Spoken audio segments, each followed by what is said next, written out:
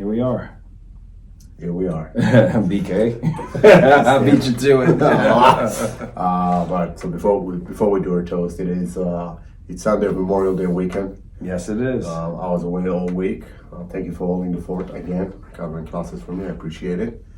But we didn't want to let a Monday, especially Memorial Day Monday, go by without us doing something, considering who we are.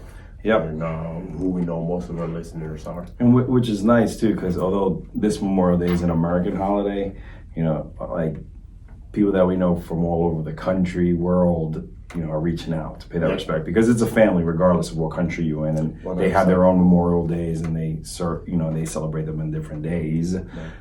But that community is, there's no borders. Nope. No, the brotherhood is a brotherhood for a reason. And sisterhood. And sisterhood. And even though this is Memorial Day, which is obviously strictly military, I think everybody in a war uniform, any uniform, can relate to that. Correct. And I think that's what really comes into play. Right. You see it a lot more. So before we go into discussing about different countries and what's done in this country, and a little bit of the history, and maybe sharing a little bit of emotions with our with our fellow listeners, here's a toast for those that are not here anymore. Yeah, for those who can't toast with us anymore. Cheers. Cheers. That's good. This is what's it called? Black Button Distillery. Black Button Distilling. Yep. All right, Black Button Distilling. It is good. All right, so Memorial Day. Well, so actually, before you start, I was talking to my son who was sitting outside the recording studio right now. And we are having technical difficulties, so. Well, but technical difficulties is BK being an idiot. Forgot his computer. Forgot my computer. So we're recording on a phone, so that's what we're not using. Which goes back to our last podcast about mental health and remembering stuff. I need to stop drinking bourbon. Nonsense. Not. Since when were you a quitter? No, never. Alcoholics go to meetings. Exactly. Anyways, no, I did forget my computer, so we're recording on a phone. So hopefully, the fact that we are in the studio, acoustically, it's better. We are in the same place. It should be okay. So, yeah. So hopefully it's okay. If not, then our apologies, and we'll do better. But so my son is outside, and we were talking actually yesterday when I picked him up, and we're talking about it being Memorial Day weekend, and he goes, "Yeah, they do it wrong in America." And I'm like, "What do you mean?" And he goes, "Well, in Israel, everything stops, right? They blow a siren literally, twice. everything stops. Everything. They blow a siren once in the evening because everything starts at sundown the night before. So once at night and once the next day, like mid-morning, they blow it. I can't remember if it's 1 or 2 minutes. And when the siren goes off, radio transmission stop, TV stops. Cars stop on highways. Right, and that's why they do it, because if you're in a car, the radio will actually start playing the siren. So if you did not hear the siren, you'll hear it through the radio. And everybody stops in the middle of the highway. Stop, open the door, and you stand outside the car, and everybody, regardless of who you are, takes a minute or two to reflect. And arguably in Israel, like you and I discussed, everybody serves. So everybody knows somebody, if not firsthand, at the very least secondhand, knows somebody that was lost over the years, either in a war or terrorism or whatnot. So everybody has something to reflect on, but even young kids just reflecting on what Memorial Day is all about. And I feel in America, since I moved here at least, it's just one big holiday. I mean, we're just buying shoes and somebody said, "Happy Memorial Day." Right. Like, I don't think it's supposed to be a happy Memorial Day. People associate Memorial Days with pools opening and summer starting and it's a barbecue. Yeah, and it's unfortunate because, granted, and I'm not turning this into a political conversation. Oh, by all means, there are other things, all right, that are observed for months at a time and even longer. But you have days like Memorial Day, Veterans Day, that go by in a fleeting moment. And our current existence as a country, those same thoughts they get to celebrate for long periods of time wouldn't exist if it weren't for these sacrifices. You're being overly politically correct. I am because I just don't want to cross that line. No, there's no but what I will say personally, as a veteran, who's known service members, and I apologize, I start getting emotional. No, go for it. that have lost their lives, it pisses me off. I'm sure it does. It pisses me off. So you talk about there's all these cultures that have their Heritage Month, right? I mean, you're Hispanic. There's the Hispanic Heritage Month, Yep. but there's a Memorial Day, and that makes little Yeah. sense. And here's the thing: we should, granted, there's a negative history associated with the United States, all right? But we learn from our history. You know, like I always like to And say, every country has those. correct, but we've changed, we've progressed. And, you know, even Puerto Rico, like I always say, you know, in Puerto Rico, it was the first time the U.S. military actually bombed and killed civilians. But I served in the military. Many Puerto Ricans served, and they were proud to do so because they felt, all right, let's change from within. Let's show them how we can contribute to this country, to, you know, the military, etc. So that's what I embrace. That's what my kids embrace. But it is disturbing that, you know, as some say, you know, all gave some, but some gave all. Yep. You know, and we don't recognize it, like you said, like we should. Yep. You know, and for those who are listening, watching, whatever, I encourage you to go on YouTube and look up Israeli Memorial Day and see for yourself what happens when that siren sounds, because it is moving. It is awesome. I wish they would do something like that here, but it ain't gonna happen. and there's I'm sure the sound would offend someone. Right, and, So- when you have the majority that I would argue, well, at least the loud majority, right? You don't know, there's always the silent, that is a good way you right? put that. The loud majority, Or the loud minority, I guess. As The opposed loud to minority, as correct. opposed to the silent majority. But when you have them, if you try to implement something like that here, specifically in today's social political climate, there's going to be so much resistance, which is unfortunate. But yeah, we're here to commemorate, not to celebrate, and it's important to make that distinction, right? Right, and it wasn't always called Memorial Day. You know, me and my Tell me the trivia- history, because I'm So curious. it dates back to the Civil War. That's when it was first theoretically recognized, and it was called Decoration Day. And they would, every year, families would go out to decorate the Decoration. I heard a declaration also. Decoration. decoration. They would put, flags, flowers on all the tombstones, and then it eventually progressed into Memorial Day. So, but it was Decoration Day at first. And the concept still exists. You know, we try to volunteer with our kids, but it fills up quick. Putting flags. In So I military wanted to ask you, cemeteries. because everybody tries to go to Arlington, right? Because it's a big one. There's Right. plenty around. Oh that yes, are I smaller. mean you have Veteran. some in Annapolis. It's unfortunate. There's a veteran cemetery in Crownsville where, when I was in the police department, they would ask for volunteers because a lot of these service members had no family left behind when they were interned. So we would show up in uniform and pay our respects to them. And people don't realize it goes on. This is a regular occurrence. You know, there's many veterans, you know, that have died that have nobody there to honor them.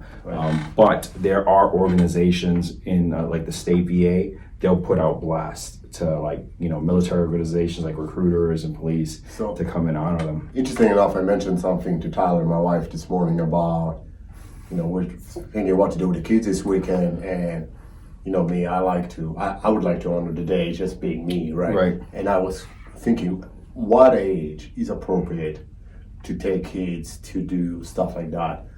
And not because I don't think they can handle it. Obviously, there's no goal or anything like that, but for them to appreciate it and not just milling around and doing their thing. Like, at what age you think you can have the conversation with them to understand this is what the day is about, this is the respect we're paying, this is what we're paying it, and for them to actually get value out of it. Listen, I started at 3 years old with all my kids.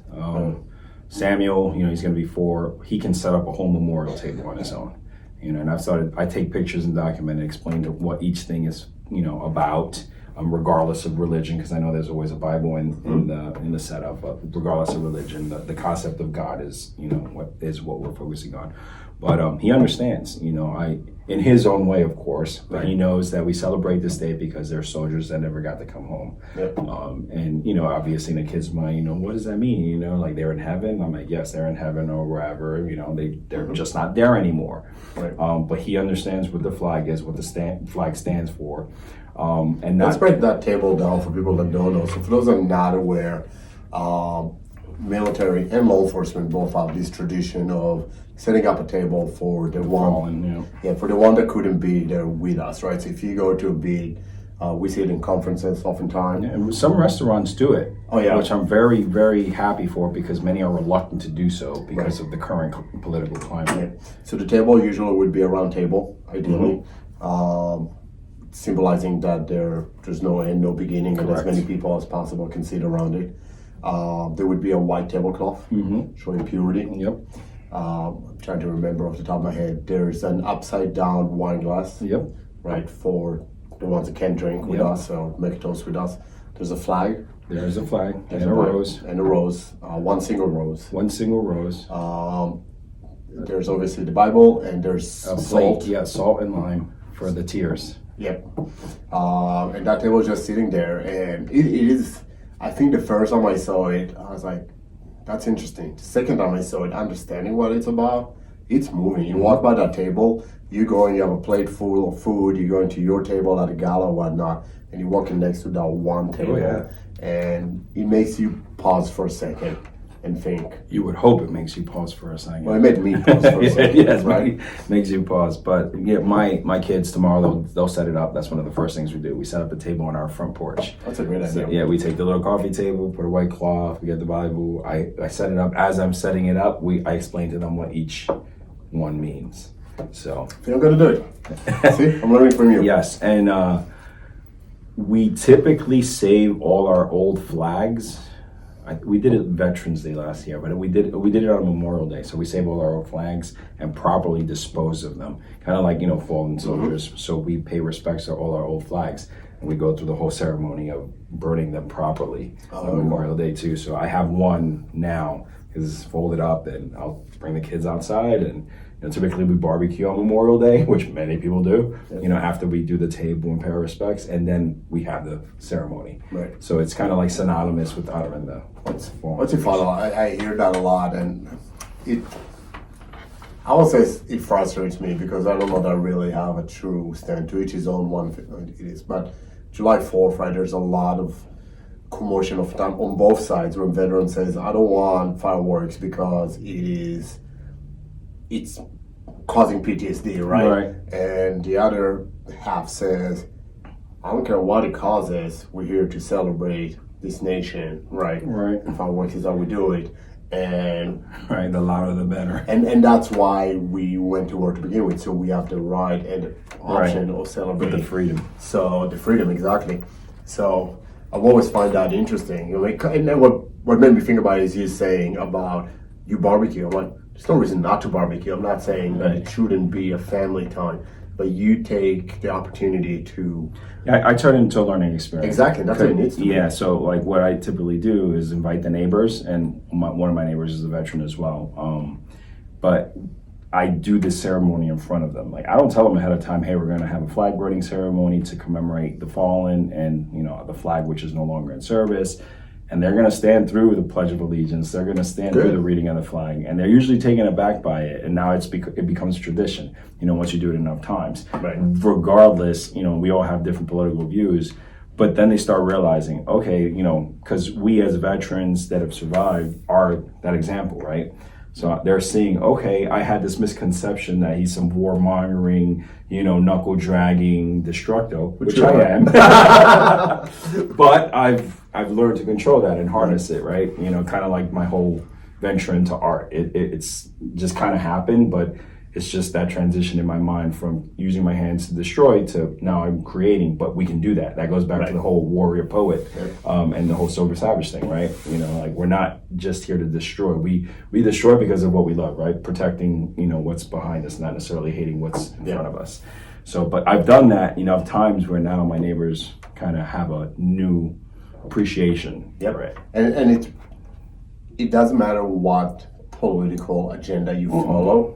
At the end of the day, your ability to follow that political agenda and embrace what it is that you stand for is only because people like you chose to go and fight, so they have the right to do so. And that's another misconception, that they think politically that many of these men and women who go to serve and fight are one political mindset, right? But it's not true. I've served with people of all political mindsets, and all religions. Like that is not a factor when it comes. it's frustrating, right? Because you can't put someone who's never been in our situation, right? There's no way to simulate that. There's no way to simulate the crack of a round going, well, there is, but not a lot legally or safely. But they're until they've actually gone out and done it, they're never going to have appreciation for the freedoms they have and everything they have. The fact that they can walk out and do what they're doing and protest what they're doing. You and I both know we've been in the Middle East, we've been all over the world. There's countries where you try to do that, you're going to disappear. You know what I mean? You're going to be persecuted, you're going to be arrested, you're going to be killed. You're going to be prosecuted and killed for some of these political beliefs. Think about, gay lifestyle. Oh, yeah. Or, a lot of these public displays of violence that we see in America because we have the right of free speech and whatnot. You try to do that in Iran. Mm-hmm. Yeah, you're done. And it's unfortunate because that's why I always encourage, and I'll be the first to admit, not to get off the topic of Memorial Day, but it's all tied in. Before I joined the military, although I was very, into military programs and stuff like that, growing up in New York in a poor area, I had a certain mindset, right? And it was a more liberal type mindset. And it wasn't until I joined the military that I started opening my eyes to a more diversified thought process, because I'll be honest, and it's always funny, I didn't think white people could be poor until I joined the Marine Corps. It's funny when I say it, but I grew up in a predominantly Black and Hispanic neighborhood. The only white people ever you saw were cops, the landlords, and the occasional crackhead that was addicted, right? And it wasn't poor because it was my drugs. Right. But when I joined the Marine Corps, I always go back to this one young man, last name of Anderson, where on the last week is you're considered a Marine. You graduate, this and that, but you still have one more week left there. And he was mailing home his boots and shoes and then going and buying new ones. I'm like, we get issued this stuff. You don't have to buy it. He's like, it's for my dad. He needs them for work. He can't afford another pair. And now that's when it was like, boom, like, poor white people? Is that a real thing? Because I was so closed-minded in this book. I know we're trying to keep this conversation serious, given the nature of the weekend, but you bring up a funny story that I'd like to share. So I had the opportunity of teaching a SWAT school in Alabama, and we had 2 assistant instructors. This is the biscuits and tricycles? No. That's a different story for a different podcast. But no, we had 2 assistant instructors, both of them Naval Special Warfare guys. I will not mention names because they are pretty famous. People know them. And we're having breakfast before we start the school, and the one guy is white, the other guy is Latino. And the white guy grew up in a very affluent family and so forth, and he says he did not realize, the different classes or whatever, and he goes, I show up to Buds, and there's this Latino guy, and I'm like, oh, there's someone here to clean my beds and clean the rooms and do my beds. So, it goes both ways, I suppose. Yeah, but that goes back to, again, Memorial Day. Every race, every creed, every religion, every thought process is somewhere in turning around, whether in France, all over the world. And that's another thing, people have this misconception that, that is, all these military cemeteries are just here, but there are military cemeteries dedicated. Little town America, everywhere. Yeah, everywhere, literally all over this country. There's American servicemen and women buried somewhere in their last resting place. And I think I don't know the term, I would say general cemeteries, I don't know the yes better definition, but they would have a military plot, or if there's a military personnel that fell in combat that is buried there, that gravesite would be marked. So you can go pretty much to any cemetery and pay respect to a fallen warrior if you choose to do so. And listen, and a lot of people think about, okay, the way I pay my respect is I go in and put flags on the tombstone and stuff like that. Just going and picking up trash. Yep. Just greeting people. That goes such a long way. And it does. People don't necessarily take advantage of it, of the opportunity to do something back, right? Right, and again, it's our job as those who managed to come home to keep the memories of those that didn't alive. Not just by wearing a bracelet or contributing to some fund, but doing things like this. Bringing awareness, like there's cemeteries. Let's go clean them up. Pay the respects to the people that couldn't come home, and allow us to still live in a society where we are Americans. I always say that first, because I've been through some interesting times through my military career and my law enforcement career, right? And my argument, and I'll use a police department as an example. I'm retired, thankfully now, so I can speak my mind. And there's a lot of issues internally. Great police department, but internally there's issues. And they always looked at me as a Hispanic police officer. And my argument was, no, I'm a police officer that happens to be Hispanic, right? Not the other way around. And that's how we need to see ourselves as Americans, right? Period. And those who serve, you know, it wasn't a Hispanic soldier. It was a soldier who was American who happened to be Hispanic as well, you know. And I think that's one of the biggest problems is that identity, you know. I'm not preaching nationalism, but we should have pride, you know. Yes, there's a, you know, horrible history, but this is now. What are people saying? I miss America of September 12th. Right. You know, it united everyone because there was no differentiation of those 2,000 plus people that were killed in that tower, you know. And regardless of what political side you were affiliating yourself with and so forth, for one day at least, it lasted a little bit longer, then he died off, unfortunately, but at least for a day after, everybody was American. Yeah, everyone who was killed in the World Trade Center was American. Yeah, but I'm talking also about the people in the country, the living people, the other, I don't know, 200 million people that live in America, right?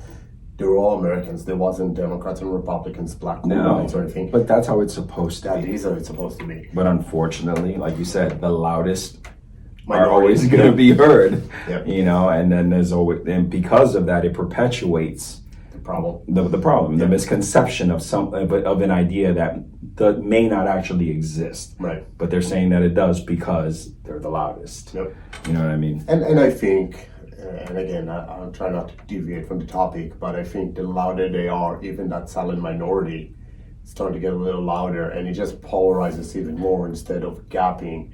You know, now we end up us versus them type thing, which, like you said, we're all Americans, specifically on a day like today, you know, or this weekend, Memorial Day weekend. We need to embrace that at least for one day a year. There are no sides.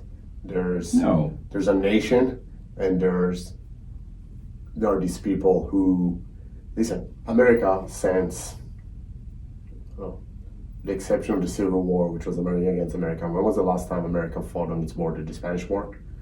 Yeah, you know. Yeah, so we have all these soldiers that die in foreign lands, you know, oftentimes for causes they don't understand, with the simple mission of I'm doing what my country wants me to do so the rest of Americans can sleep peacefully at night, right? Right, and again, we can go down this rabbit hole because there's this misconception of it's just for Americans. And what book did I just read? Chad Robichaux's book, one of his books, which is, you know, he Saving Aziz and all that. But he had friends, and I've had friends who argued that Afghanistans didn't want Americans there fighting, you know, that we were there for our own self-interest. But when you speak to the layperson, and I got to experience this firsthand myself, they were, a lot of them were very happy that the Americans were there doing what they were doing, because for the first time in their lives, they weren't being prosecuted. You know, women weren't being tortured and murdered and held captive, you know, for terrorists, etc. We should leave that to a different podcast, but I would say, because that is also, you know, the way we left Afghanistan, unfortunately, all those people that's a whole prosecuted. Another story. But again, you know, it goes back to why these men and women have died. It wasn't just in the service of our country, but for an even greater good beyond our country, you know, to keep the wars away from our borders and to bring... And listen, way above my pay grade to discuss. I know, I know there's dollars and cents in everything, and no decision to go to war is because of true altruism, right? There's money to be made or money to be lost. Hey, one of the greatest Marines in Marine folklore, right?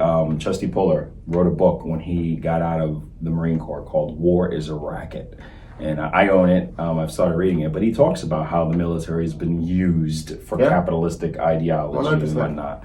So there is something to it. Right. So, but for the soldier on the ground, for the grunt that's being told to do something, all they think about is me killing a terrorist here means that terrorist doesn't make it home, and that means my family can go to the shopping mall tomorrow and have a barbecue and do what they need to do. I think the majority of veterans, those who are still with us and those that are still with us, if you ask them, you know, a lot of times why they did what they do, is that they're going to answer, so my kids don't have to. Right. You know, and that's one of my thought processes. I fought so that my kids don't have to deal with this stuff. You know, but they might have There's- to.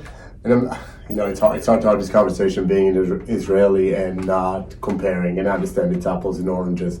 But recently, so last month in April, More like was, mayonnaise and hummus, but whatever. I don't, is mayonnaise very American? Because It hummus is. is it? Yeah, Because I would think ketchup.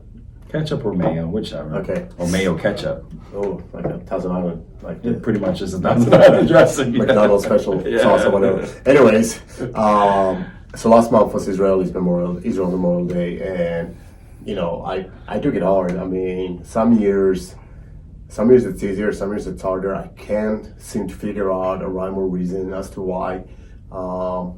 This year, I was at a ceremony at my son's school, and they did a good job of putting one. And I was leaving, and I was trying to text Tyler, and freaking Siri couldn't understand me because I was crying as I was trying to dictate something. But they sang a song there, and the song became popular in the 1990s. Actually, as I was going into the service, it was called "The Kids of the Winter of 1973," and it talks about 1973, the Yom Kippur War, and big war for Israel and so forth. And the parents kind of made a promise: you'll never have to fight a war again. And then it's 1990s, and the kids, these are the kids of those who fought in that Right. war, and they're going into war now. And they're like, we forgive you for not keeping your promise. But to your point, we go to war because we hope our kids won't have to. And And that's the endless cycle, right? Of yeah, why we and it's do never it. gonna end because again, Because there's always some bigger kid on the block who wants to flex. it's and- all about power. Yep. It's all about power. Whichever way you define power, money, terrain, whatever it And is. and the scary part about it, again, another topic, is that the concept of war has advanced exponentially. Yeah. It's not like it was before. It's funny, it advanced yet it remained the same. I mean, war since Cain and Abel. Yeah. Right? Well, it was Van Clausewitz saying, and yes, I've read On War. I started echoing it in. It's a difficult It's read. hard, It's a yeah. difficult read, but I forced myself to read it for any person who appreciates the philosophies of war. But he said the greatest enemy of war is war itself. The concept of war. Right. That's it. War is always going to exist, but that's it. War is going to destroy. Right. You know what I mean?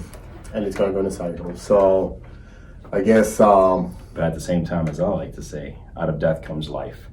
And whether it's silly putty, which did come as a result of World War II, or society's infrastructure and establishment in itself, all came from conflict. and I would argue And the sacrifices of men and women is as to why we celebrate today. the majority of technological advancements begin. That was from Us. aliens, What is? technology. Oh, They're at Area 51. okay. What was that? I mean, think about AI being big in the news right Yeah. now. AI has been used in Dude. military development for a while. People right? better start watching the Terminator with AI the way it's coming on and get Yeah. ready for the resistance. I'm ready. But yes, For John Connor, if you're out there. maybe you're John Connor.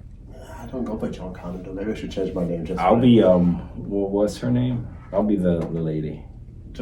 John Connor's mom. Yeah, You're my mother. yeah. I'll be your mother. Sarah Connor. Sarah Connor. I'll tell you what. Not again. Here we are. ADD. But that last one she was in. Oh man, she was badass. Which was the last one she was in? I can't remember. They made a last one where she's in it and Schwarzenegger's in it, and man, she did not disappoint. I can't remember what it's called. Was her name something Hamilton, right? Her actual name. I don't know. I know her her as trainer Sarah was Connor. the fitness trainer was a former Israeli paratrooper Of course it was. for those movies. Well, it showed, especially the last one. Anyways, yes. again, we can go on a bunch of different tangents, but I will say I've been in America for 20 years and being in the line of work that we do, right? And being in very close proximity to a lot of warriors. Most of them are law enforcement, but many of them were military. Had the honor and pleasure of teaching and training and learning from some of the best operators out there. And you can't be doing this for as long as we have and not know somebody that is no longer here. No. And with that in mind, I want to leave everybody with with this thought. If you're actually listening to this on Memorial Day, take a second, just pause and close your eyes for a couple seconds. Doesn't have to be long. And just if you know somebody, remember them. If you don't know somebody, Then find someone find somebody, or just remember why. Just understand why. and teach the kids. Oh yeah, pass it on. Pass it on, please. Those who don't know history are doomed to repeat it. Yeah, and on a final note, it's not Final, because I already made yeah. final. final note, and this pushes towards Veterans Day. It's not just a life that's lost in the physical form, but think about the things we deal with, the things that other veterans deal with. They've lost themselves. Yep. So there is a lot of Yeah. loss. So make sure their memories live on, the thought lives on, the sacrifice lives on. It is up to us as veterans. It is up to Americans as American citizens. Pay it forward. Make sure your kids know. Make sure everyone knows. The neighbor who thinks a different way, like I've done, and make them realize why we do what we do, why things have, why they did what they did, and remember those who gave it all. And with that, I just have to pour a little bit more into my glass. Amen. Cheers. Cheers. To all that are not here and to all that are here, and remembering those who aren't. Salute. Cheers.